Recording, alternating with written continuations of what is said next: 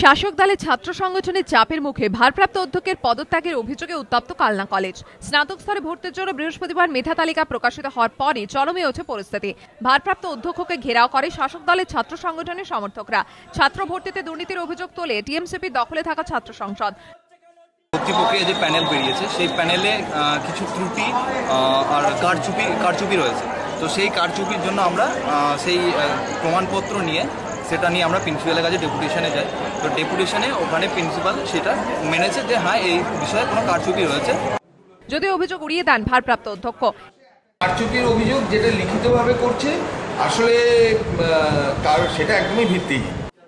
এই পরিস্থিতিতে শুক্রবার কলেজ পরিচালন সমিতির সভাপতির কাছে পদত্যাগপত্র পাঠান ভারপ্রাপ্ত অধ্যক্ষ। ছাত্র বিক্ষোভের জেরে যে এই ঘটনা তা স্বীকার করেছেন কলেজ পরিচালন সমিতির সভাপতি। কলেজের জিএস সৌরভ ঘোষ জানিয়েছেন, বিক্ষোভ ও ডেপুটেশন দিয়েছে, সেই কারণে পদত্যাগ করে থাকতে পারেন ভারপ্রাপ্ত অধ্যক্ষ। কিন্তু প্রশ্ন উঠছে, যেখানে শিক্ষামন্ত্রীর স্পষ্ট বার্তা চাপের মুখে নতু স্বীকার নয়, সেখানে কি করে এমন বেপরোয়া হচ্ছে টিএমসিপি?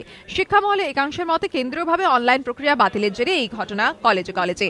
রানা দাসের রিপোর্ট, এবিপি আনন্দ, বর্ধমান।